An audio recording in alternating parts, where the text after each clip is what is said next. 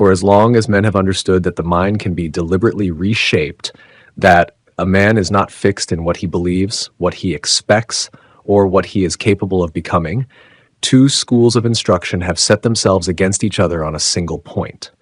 One school says, think the right thoughts and the results will follow. Think abundance, speak abundance, hold the picture of abundance and abundance will come. The other school says, act first and the thoughts will follow. Do not wait until you feel the faith. Act as though you already have it, and the feeling will catch up with the action. Both of these schools are correct. Both of them are incomplete.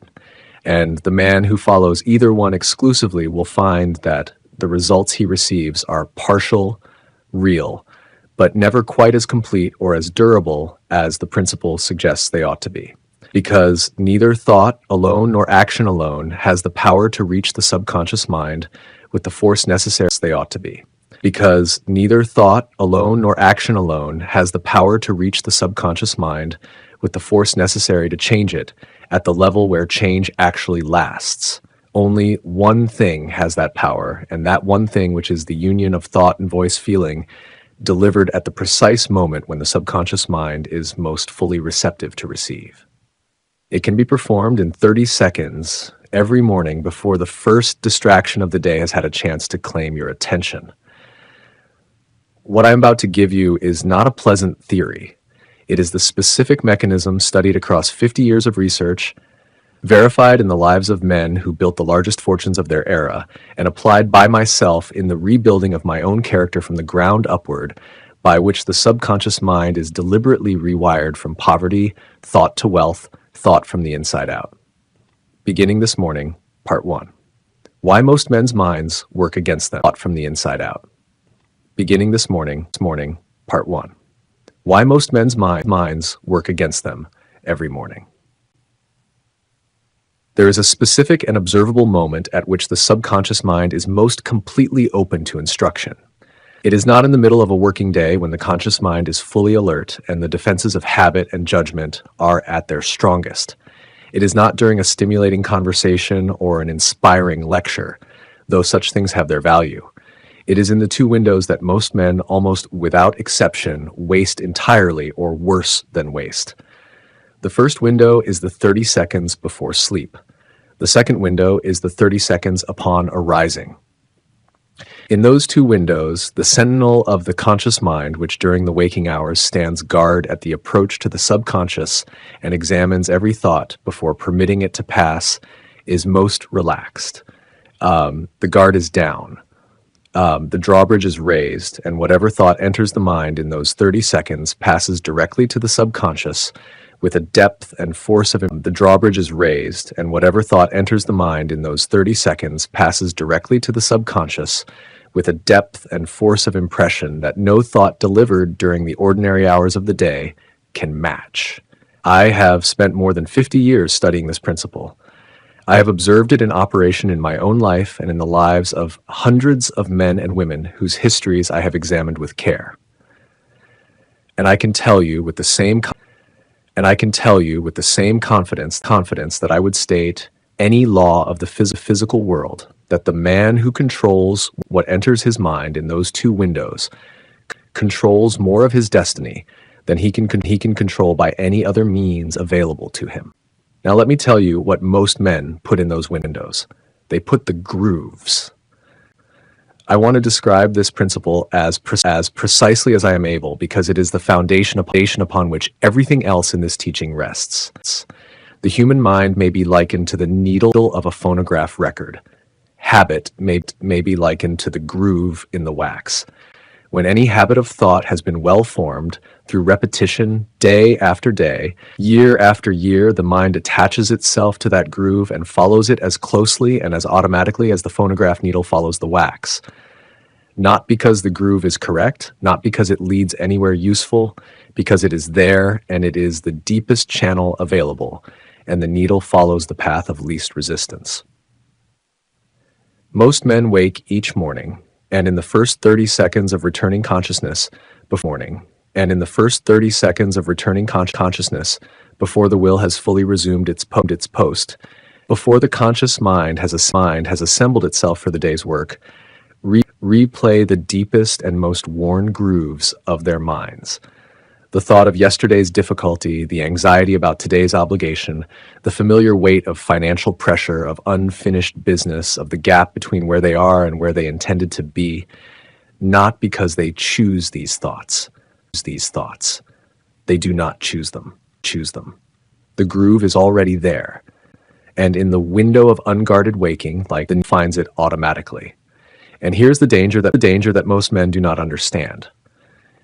It is not merely that these thoughts are unpleasant, or that they begin the day in a poor spirit. The danger is that the thoughts delivered in those unguarded windows are received by the subconscious mind as direct instructions. The subconscious, which I have described elsewhere as a fertile garden that grows with equal faithfulness whatever seed is placed in it, does not ask whether the arriving thought is true or helpful or worthy of the man who sent it. It accepts, it files, and it begins quietly, continuously, without announcement to translate that thought into its physical equivalent. Everything we talked about today only works if you use it. The free autosuggestion sheet in the description gives you the exact steps. No guessing, no overwhelm. Download it now while it's fresh and start tonight. Watching is easy. Applying is what finally moves your life in the right direction. The choice is yours. The man who delivers fear in the morning window teaches his subconscious to fear. The man who delivers the anxiety of poverty teaches his subconscious to perpetuate poverty. Fear in the morning window teaches his subconscious to fear. The man who delivers the anxiety of poverty teaches his subconscious to perpetuate poverty. The man who delivers doubt teaches his subconscious to manufacture the evidence of doubt, not as punishment, as obedience. The subconscious is faithful to its instruction. It will execute the order it is given with perfect loyalty, regardless of whether the man who gave it wishes he had given a different one. Let me give you a picture of this principle drawn not from financial life, but from the physician's office, because it demonstrates the power of autosuggestion in a form that is undeniable and that removes any possibility of attributing the result to chance or to ordinary cause and effect. A physician of considerable reputation observed in his practice a patient who presented with a tumor. The condition was real apparent to examination, apparent to the physician's touch. She was placed on the operating table and given an anesthetic. It was real apparent to examination, apparent to the physician's touch. She was placed on the operating table and given an anesthetic in preparation for a surgical procedure. And then, before the surgeon made a single incision, the tumor disappeared. Not diminished, disappeared. When the patient returned to consciousness, the tumor was present again. The physician investigated. He learned that the patient had lived for an extended period with a relative who suffered from a genuine tumor. And the patient's imagination working in precisely the manner I am describing through the principle of autosuggestion had created in her own body the physical equivalent of the thought she had held most vividly and most consistently. She was placed on the table a second time, given the anesthetic, told upon awakening that a successful operation had been performed, and that the bandage would need to remain for several days. She believed it. And when the bandage was removed, the tumor did not return. No operation had been performed. The subconscious mind, receiving a new instruction, the instruction of health, delivered with the full authority of the physician, had removed what it had created. The mind may be healed, removed what it had created. The mind may be healed of imaginary conditions in exactly the same manner that it became afflicted by them by autosuggestion. And the best time to work upon the mind in this way, as the physician who observed this case correctly noted, is at night, just as the conscious mind is going off duty, and in the morning, just as it is returning to its post. In those two windows, the subconscious is most fully exposed, most fully receptive, and most completely available for the instruction that a man wishes to deliver. The poverty consciousness that most men carry is not an accident of birth. It is not the inevitable product of difficult circumstances. It is not the inevitable product of difficult circumstances. It is the accumulated deposit of unguarded morning windows. years of anxious, fearful, poverty, saturated thought delivered in the one moment of every day. When the subconscious receives it with the force of a command, the reversal of that condition is available to every man. It begins this morning with 30 seconds delivered on purpose. Part 2. The mechanism why spoken words charged with feeling are the key. There is one mistake that accounts more than any other single error for the failure of the vast majority of men who attempt to apply the principle of autosuggestion and receive nothing from it. They deliver the words. They do not deliver the feeling. And the subconscious mind, which is not a secretary who transcribes whatever is dictated to it, subconscious mind, which is not a secretary who transcribes whatever is dictated to it, and not a register that records whatever passes before it, cannot be reached by words alone. It requires the one element that transforms a word from a sound into an instruction. That element is emotion. I want to explain this as plainly as the principle demands, because misunderstanding it is the specific identifiable reason why a man can repeat a formula 1,000,000 times and remain entirely unchanged. The subconscious mind is not influenced by the conscious reasoning faculty. It is not persuaded by argument. It does not respond to logic, however careful, or to intention, however sincere. It responds to one thing, thought that has been mixed with emotion. The emotions are to thought precisely what yeast is to bread. They are the action element. They are what transforms the thought from a passive vibration, a sound, a pattern, an impression in the air, into an active force that the subconscious receives as a command and acts upon with its full machinery. Plain, unemotional words do not influence the subconscious mind. I have stated this truth in every form I know how to state it in every work I have published, and I repeat it here with more emphasis than I can easily convey in writing, because the lack of understanding of this single point is the main reason the majority of people who try to apply autosuggestion get no results. A man who reads his statement of purpose in a flat mechanical voice as a task to be completed before the morning begins, like winding a clock or washing the face, has done nothing. He has gone through emotion. The subconscious has not been touched. Face has done nothing. He has gone through emotion. The subconscious has not been touched. The groove has not been deepened. The instruction has not been received. And at the end of 30 days of this diligent but emotionless practice, he will look at his unchanged circumstances and conclude that the principle is false. The principle is not false. He failed to apply it. Now let me tell you what does reach the subconscious mind and why. Faith is the head chemist of the mind. When faith is blended with the vibration of thought, the subconscious instantly picks up the vibration, translates it into its spiritual equivalent, and transmits it to the infinite intelligence that is the deepest source of practical guidance available to a human being. The 7 major positive emotions: desire, faith, love, enthusiasm, a human being. The 7 major positive emotions: desire, faith, love, enthusiasm, romance, hope, and the other forces that lift the mind above its ordinary vibration are the specific electrical charges by which thought is elevated from ordinary sound into the higher vibration at which the subconscious recognizes it as an instruction rather than noise. Positive and negative emotions cannot occupy the mind at the same time. One or the other must dominate. And here is the practical consequence of that law. The man who has been in the habit of delivering fear and poverty thought in his morning window does not simply have a bad habit. He has allowed the negative emotions to claim the territory of the subconscious. And every morning that passes without a deliberate positive instruction delivered with genuine emotion is another morning in which the negative instruction is deepened and the negative groove is made more permanent. This is why the spoken word matters. This is why the instruction is not to think the statement, but to say it aloud so that the man hears his own words. The act of speaking aloud engages more of the physical body in the delivery of the instruction. The muscles of the mouth and throat participate through the channel of the senses into the subconscious. The whole person, not merely the intellectual part, is involved in the delivery, and the more fully the body is engaged, the more completely can be brought to bear upon the words, and the more deeply the instruction is received. I practiced this myself for many years before I had the language to explain precisely why it worked.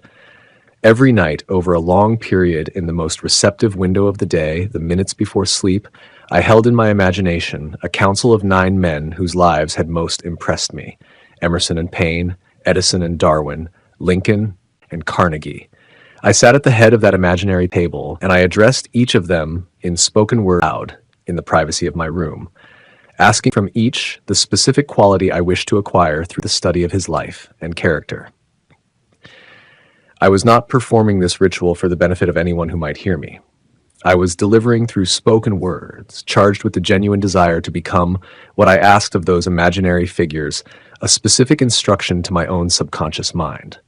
I was using the two elements together, the spoken word and the emotion of genuine desire in the two windows where the subconscious was most receptive to rebuild my character according to a plan I had made on purpose. After some months of this practice, the imaginary figures became, in some manner I have never been fully able to explain. Lincoln developed characteristics I had not anticipated. Edison, on one occasion, occupied the chair beside me and spoke words that I went to him in person to discuss. He smiled broadly and said, "Your dream was more a reality than you may imagine it to have been." He added nothing further. But the character that I built through those nightly, the patience, the persistence, the spirit of faith that I have applied in every difficulty my life has presented was built in those with those spoken words and with that genuine emotion, not by any other means. Now, a word about the man who says, "I have tried this and the feeling does not come." That man is telling the truth, and he is not as far from success as he believes. The feeling does not come first. The practice comes first, and the feeling follows. This is the specific instruction I want you to take from this part of the teaching, because it is the one that most men get words. You do not wait until you feel the faith before you speak the statement. You speak the statement in order to create the faith. A man may develop faith by voluntarily suggesting to the subconscious mind that he has faith. The mind comes finally to take on the nature of the influences that dominate it. If it is true that a man who lives in contact with crime long enough finally embraces crime, if the subconscious adopts the nature of whatever it is repeatedly presented with, then the man who is repeatedly presented with faith and abundance and certainty, even if those feelings are deliberately manufactured at first, will find that the subconscious ultimately takes on those qualities as its own. The emotion can be manufactured. It is manufactured through the 15 seconds before the reading, in which the man holds in his imagination the specific, detailed, vivid picture of himself already in possession of what he desires. He holds that picture until it produces a genuine feeling in his body, not a performed feeling, a real one, however faint it may be at first. And then he delivers the statement into that feeling. 15 seconds of picture with that feeling behind every word. That is the method. That is the complete mechanism. Everything else is commentary part 3. The formula, what to say and why every element is essential. I'm now going to give you the formula, not as a suggestion, not as one option among several, as the precise, specific, sequentially correct structure of the statement that is to be spoken aloud every morning upon arising and every night before retiring, because its elements have been verified in the lives of more successful men than I can name here as the exact structure through which the subconscious mind receives the instruction of abundance and begins to execute it. I will give you each element in turn, explain exactly why it exists, and explain what happens in the subconscious when it is missing. The first element is the specific amount. Fix in your mind the exact sum of money you desire. Not plenty, not more than I now have, not a comfortable sufficient, stated with the same precision with which a merchant states the price of his goods. By the first day of a named month in a named year, I will have in my possession the sum of, and the figure is stated plainly in full. The psychological reason for this precision is not sentiment, it is mechanism. The subconscious mind cannot organize its energies around a vague target. It requires a picture. A specific number produces a specific picture. A vague wish is a vague impression which the subconscious cannot act upon with any directed force. The man who says, "I desire wealth," has given the subconscious nothing to work with. The man who says, I will have $40,000 in my possession by the 1st of January of the year I have named, has given the subconscious a blueprint. The second element is the specific date. A desire without a date is a hope. A date transforms the desire into a commitment. And a commitment delivered to the subconscious through this method carries with it the quality of urgency, a quality that the subconscious brings to bear upon the organism of plans and opportunities in a way that an undated desire cannot produce. Consider the difference in the quality of a man's daily effort when he is working toward a vague eventual goal versus when he is working toward a specific deadline. The deadline, internalized through daily practice into the subconscious, activates every faculty the mind possesses in a manner that the timeless aspiration does not. The third element is the service to be rendered in exchange. State precisely what you intend to give in return for the money. I have said in every form I know how to say it, there is no such reality as something for nothing. The universe does not recognize the concept. The subconscious mind, which operates through the same universal laws that govern every other force in nature, will not produce a plan for receiving that which has no plan for giving. The man who names his service gives credibility to his desire in the only place that matters, telling the deepest part of himself not merely what he wants, but why he deserves it and what he is prepared to do to earn it. The fourth element is a written plan. Create a definite plan for carrying out the desire. I add the instruction that Andrew Carnegie gave me that Edison endorsed and that I have verified in 50 years of research. Begin at once whether you are ready or not. The plan need not be perfect. It will not be perfect. The subconscious will improve it through the flashes and the hunches and the midnight inspirations that arrive when a man has given his subconscious a clear and specific instruction and permitted it to work. But the subconscious requires something to work with. An imperfect plan held in the mind with perfect conviction is worth infinitely more than a perfect aspiration held without any plan at all. The fifth element is the statement of faith. This is the element that separates the formula from an ordinary goal statement. I will have this money in my possession. My faith is so strong that I can now see this money before my eyes. I can touch it with my hands. It is now awaiting transfer to me at the time and in the proportion that I deliver the service I intend to render in return for it. This is not poetry. This is the specific instruction that converts the statement from a description of what a man wants into a command about what he has already in the subconscious sense. Acts upon belief. The statement of belief delivered with genuine feeling is that transforms the reading from a wish into an order. I want to give you the fullest illustration I possess of this principle, drawn not from the life of any man more distant than myself, but from the most intimate example I have to offer. I had a son who was born without the physical apparatus of hearing. The physician who attended at his birth told me in confidence that the child might never hear or speak, that he might remain deaf and mute for the whole of his life. I did not accept that verdict, not because I had evidence to contradict it. I had none. I accepted it as the physician's honest professional judgment, but I had something he did not possess and could not weigh. The knowledge of the principle I am now teaching and the absolute certainty that if a burning desire could be planted deeply enough in the subconscious mind of any man, it would seek expression through whatever means nature could provide. From the earliest days of that child's life, I began the work. Every night in the most receptive window, the minutes before sleep when the child was most quiet and most open, I delivered to his mind the instruction I intended him to have, not in the language of the physician, in the language of faith and desire. I told him in the stories of his bedtime hours, in the words I chose when we spoke of his condition, in every impression I was able to make upon his young mind, that his affliction was not a limitation, but an asset, that within it lay a power that would in time serve him and serve others. I mixed those words with the full weight of a father's faith. I never permitted myself in his presence or in the privacy of my own thought to give the contrary belief, the belief in permanent limitation, any residence in my mind. I delivered the instruction of capability into the two windows of his day with genuine emotion for 20 years. My son heard not by any means that the medical specialists were able to interpret. X-ray examination showed no physical opening in the skull from where his ears should have been to his brain. And yet he heard nature given an instruction through the channel of the subconscious mind, planted daily with feeling through autosuggestion,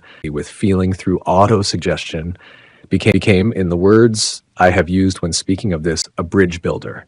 It spanned the gulf of silence by some means that remains to this day beyond the ability of science to explain. I'm not asking you to accept a mystery. I am asking you to accept the evidence of a principle that the subconscious mind receiving a specific instruction delivered with genuine faith in the most receptive windows of the day will produce its physical equivalent by whatever means nature makes available. Whether those means are visible to the conscious mind or not, this is what the 5 elements of the formula spoken aloud every morning with genuine emotion do for the man who applies them without retreat. They plant the instruction, they deliver it in the window. They charge it with the faith that is the head chemist of the mind, and they do it again the next morning and after that until the groove is deeper than anything that fear or poverty or doubt have carved. Part 4, the 30-day transformation. What changes and when and why?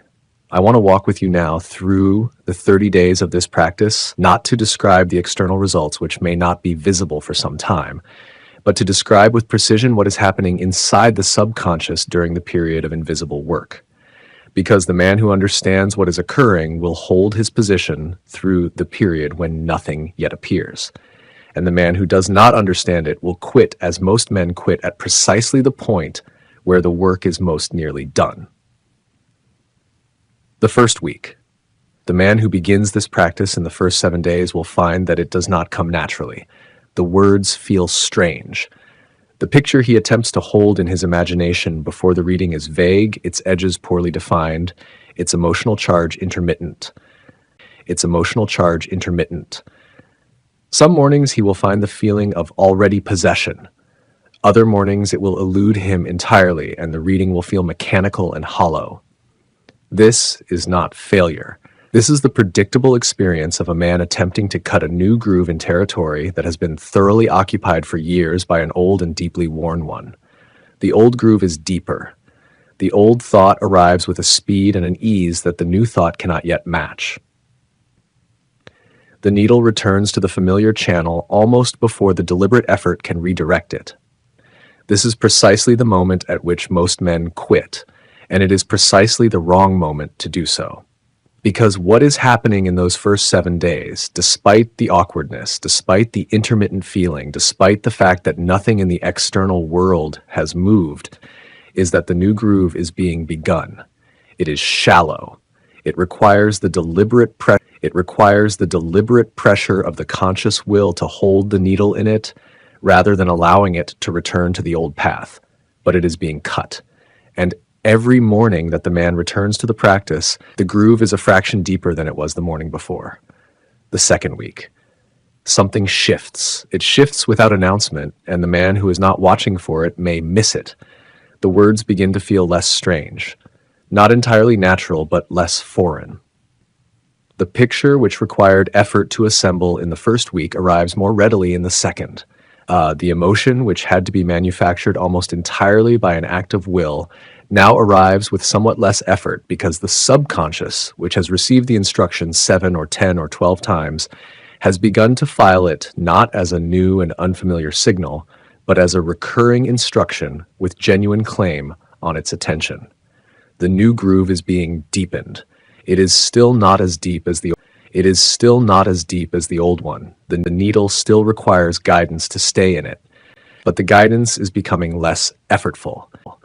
And the subconscious, which works continuously day and night, processing the instructions it has received, has been at work for a full week, quietly and invisibly, organizing its energy around the instruction it has been given. I want to be plain about what this invisible work produces, because the man who does not know what to look for will overlook its earliness. He will not receive in the second week a dramatic rearrangement of his circumstances. He will receive something smaller and more significant, a change in the direction of his attention. He will notice perhaps that certain resources and connections he had previously overlooked now present themselves to his awareness. He will find that his daily decisions, the small decisions of how he spends an hour, which conversation he pursues, which opportunity he investigates, begin to lean in the direction of the thing the instruction describes. Not by force of will, by the quiet reorganization of a subconscious that has been given a specific aim and is beginning to bring every available faculty to bear upon its fulfillment. The third and fourth weeks. By the third week, the practice has become something it could not be in the first. It has become a habit in its early formation. The statement arrives more readily. The picture is clearer. The feeling of already possession, which was in the first days a thing the man had to coax and manufacture, now meets him part way. It rises of its own accord when the reading begins, because the subconscious has been trained to associate the words of the statement with the emotional state they were intended to produce. This is the law of habit operating on behalf of the practice rather than against it. The groove that has been cut through 30 consecutive mornings. The groove that has been cut through 30 consecutive mornings is now the groove the needle has been traveling. It is not yet deeper than the old poverty groove, but it is approaching. And nature, through the law of hypnotic rhythm by which repeated acts and thoughts are sealed into permanence, is beginning to assist the new groove rather than resist it. What to expect at the end of 30 days. The man who has applied this practice faithfully for 30 days without exception, who has delivered the statement with genuine feeling every morning upon arising and every night before sleep, should not expect to wake on the 31st morning to find his circumstances completely transformed. The physical circumstances lag behind the mental ones. They always do. What he should expect and what he will find if he has been honest and consistent is this: a mind in which the dominant thought has genuinely changed its character. A mind thought has genuinely changed its character. A mind in which the poverty groove, though not yet erased, is being systematically interrupted. A mind in which the expectation of abundance has been given a daily foothold that it did not possess 30 days before. This change in the dominant thought is the precondition for every physical result that follows. The fortune is built always and without exception in the mind before it is built in the world. The 30 days is the foundation. The harvest comes after, but the harvest cannot come before the foundation has been laid. And the man who understands this will not mistake the end of the planting period for the end of the process. Part 5. The greatest practitioner and the evidence that closes every argument. I want to give you as the final part of this teaching the most complete evidence I possess for the power of this practice. I will not draw it from the life of any man more distant or more legendary than myself, because there is no evidence I can offer you that I know more completely or can attest with more absolute certainty than what this practice produced in my own life, drawn not from a period of comfort and success, but from the most severe period of failure and darkness I have ever endured. I have spoken in other teachings of the night I walked around a schoolhouse in West Virginia, the period when my courage had left me, when my reasoning faculty had been nearly paralyzed, when the man I had been for 20 years seemed to have been stripped away entirely, and I could not imagine any plan by which to work my way out of the difficulty I was in. What I want to tell you now is not the drama of that night, but the specific practice that made lightning possible. For years before that night, in the period of relative success that preceded the difficulty, and in the years of building that preceded the success, I had been applying the principle of autosuggestion in every form I knew. The invisible counselors were one form of it. The self-confidence formula was another. The nightly statement of my definite chief aim was another. Still, these were not separate practices. They were applications of a single principle applied consistently in the two windows of every day, with the full weight of genuine emotion behind every word. What those years of practice had built, without my full awareness of what was being built, was a subconscious mind that had been so thoroughly saturated with the instruction of purpose and persistence that even when the conscious mind had given up entirely, the subconscious had not. The instruction was already there. It had been planted too many times in the two most receptive windows of too many days with too much genuine feeling behind it for the darkness of one bad year to remove it. When I walked around that schoolhouse saying, "There is a way out, and I'm going to find it," that was not a new instruction. That was the oldest and most deeply that was not a new instruction. That was the oldest and most deeply worn groove in my mind, finally breaking through the temporary depth of the despair groove. The poverty thought had come for me during that year. It had come with considerable full force, but it had not come to a virgin mind. It had come to a mind that had been for years the subject of a deliberate and systematic practice of exactly the method I have described to you tonight. And the deeper groove, the groove of purpose, of faith, of the unwavering expectation of the thing I had been sent into this world to do, prevailed, not dramatically, not immediately, not without pain, but prevailed. The philosophy that I completed in the years that followed that night, the work I had been given by Carnegie and had spent 20 years preparing, has reached the lives of millions of men and women who found in it the strength and the practical instruction to rebuild what they had lost or to claim what they had been preparing to build. That result was not a gift of favorable circumstance. It was the harvest of a practice planted in two windows every day for more years than I care to count. Practice planted in two windows every day for more years than I care to count. And with genuine feeling and genuine conviction behind every word of every statement. I'm not asking you to do what I did. I'm asking you to do something far simpler and far shorter. I'm asking you for 30 seconds. 30 seconds every morning before the distraction of the day.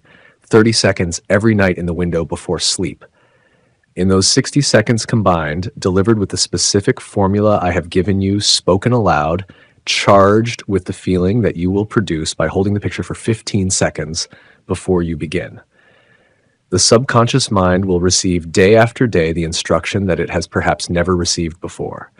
The instruction of specific, dated, priced, planned, and fully believed abundance. The subconscious does not debate. It does not weigh your credentials. It does not ask whether you deserve what you are claiming or whether the claim is reasonable by any standard the world applies. It does not ask whether you deserve what you are claiming or whether the claim is reasonable by any standard the world applies. It acts on the dominant thought with the full force of the most powerful and most faithful machinery available to a human being. Feed it poverty, and you will receive poverty's equivalent with perfect obedience. Feed it abundance and faith, and the specific emotionally charged declaration of the wealth you have decided is yours, and you will receive abundance's equivalent with equal obedience and equal precision. The law makes no exceptions. It plays no favorites. It worked for Carnegie, who began as a laborer in the steel mills of Pittsburgh. It worked for Carnegie, who began as a laborer in the steel mills of Pittsburgh. It worked for Barnes, who rode a freight train to announce himself as Edison's partner. It worked for the young minister who had thought and hoped for 2 years without moving, and then decided in one Saturday afternoon that the $1 million would be in his hands within 1 week, and watched the feeling of assurance come over him like a tide the moment the decision was made. And it worked for a man born in the mountains of Virginia, who was given a mission by one of the most powerful men of his era, and who spent 20 years applying the principle in every form available to him until the mission was complete. The law is the same for you. The method is the same. The windows are the same. The mechanism is the same. The only thing that remains to be decided is whether you will use it. The closing target tonight before you go to sleep, you will write 5 things on a single sheet of paper. The first, the specific sum of money you intend to possess. The second, the specific date by which you intend to possess it. The third, the specific service you will render in exchange for that money. The fourth, a plan, however imperfect, however incomplete, for the work that will begin tomorrow. The fifth, a statement of faith. I believe I believe I will have this. My faith is so strong that I can now see it before my eyes. It is awaiting transfer to me at the time and in the proportion that I render the service I have named. Read what you have written aloud tonight before sleep. Hold the picture for 15 seconds first. Then read it with every particle of genuine feeling you can bring to the words. Tomorrow morning, in the first 30 seconds of waking, before the first thought of yesterday's difficulty, before the first anxiety of today's obligation, before the sentinel of the conscious mind has fully resumed its post, read it again aloud with feeling. Do this every morning and every night without exception for 30 days. The subconscious mind is already at work. It began the moment you decided this was worth trying. The groove you cut tomorrow morning is shallower than it will be in 30 days, but it will be cut. And nature, the same nature that has been deepening the poverty groove against your will without your knowledge. In every unguarded window of every morning you have woken without a purpose, will begin from tomorrow morning to assist a different groove entirely. You have absolute control over one thing in this world, only one. Not your circumstances, not the behavior of others, not the movement of markets or the decisions of men who hold power over your position. One thing, the thought you deliver to your subconscious mind in the 2 windows where the guard is down. Use it. Grab the free auto-suggestion sheet in the description. It's based on exactly what we're covering here. Actually apply what you have learned here. Don't just listen. So pause this, get the sheet now, and watch your life finally start moving in the right direction.